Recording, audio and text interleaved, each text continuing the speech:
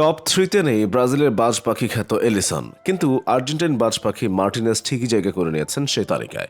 এবার বিশ্বকাপের আগে এই দুই গোলকিপারকে নিয়ে খুব আলোচনা হচ্ছিল। সব দিক দিয়ে এগিয়েছিলেন এলিসন বেকার, কিন্তু বিশ্বকাপ শেষে সব হিসাব নিজেই গুড়িয়ে দিয়েছেন এমি মার্টিনেজ। এখন তার আশেপাশেও নেই আর কেউ।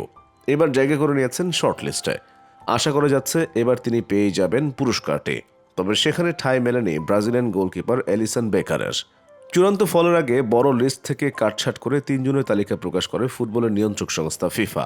এরই মধ্যে সেরা 3 পুরুষ এবং নারী গোলকিপারের তালিকা দিয়েছে, যেখানে স্থান করে নেন আর্জেন্টিনার বিশ্বকাপ জয়ী গোলকিপার এমিলিয়ানো মার্টিনেজ।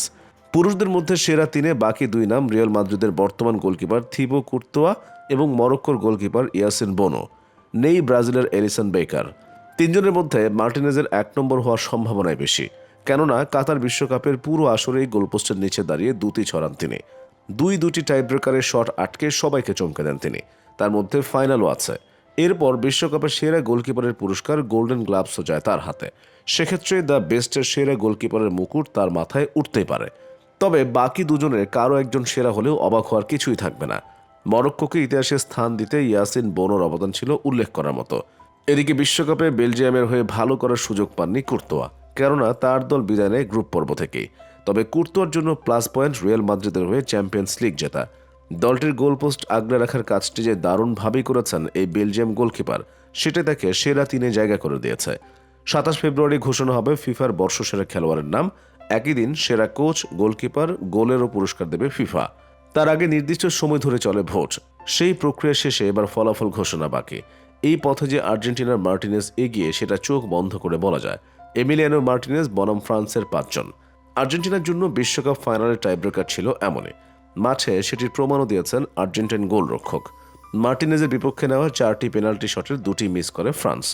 এর মধ্যে কিংসলি কোমানের নেওয়া শটটি ঝাঁপিয়ে প্রতিহত করেন মার্টিনেজ, আর অরেলিয়ে চুয়ামেনি নিজেই শট লক্ষ্যে রাখতে পারেননি।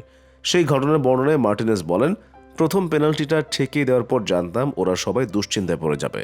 আমি তখন মনস্তাত্ত্বিক খেলা শুরু করলাম, দূরে বল ছুঁড়ে মারলাম, চুয়ামেনির সঙ্গে কথা বলা শুরু করলাম। এরপর শট নিতে গিয়ে বলটা ও বাইরে মেরে দিল। এমির সঙ্গে লড়াইটা হবে বোনোর। বিশ্বকাপের শেষ 16 লড়াইয়ে নামার আগে লুইস এনরিকের দল 1000টি পেনাল্টি শটের অনুশীলন করেছিলেন, কিন্তু নকআউট পর্বে এসে বোনো নামক পর্বতের কাছে যেন নিস্তেজ হয়ে পড়ে স্পেন। দ্বিতীয় রাউন্ডে 2010 সালের বিশ্ব চ্যাম্পিয়নদের রুখে দিয়ে প্রথমবারের মতো বিশ্বকাপের কোয়ার্টার ফাইনালে উঠেছে মরক্কো। আফ্রিকার এই দেশটির হয়ে ইতিহাস গড়ার নায়ক গোলরক্ষক ইয়াসিন বোনো পেনাল্টি শুটআউটে স্প্যানিশদের একটি গোলও করতে দেননি 31 বছর বয়সী এই তারকা।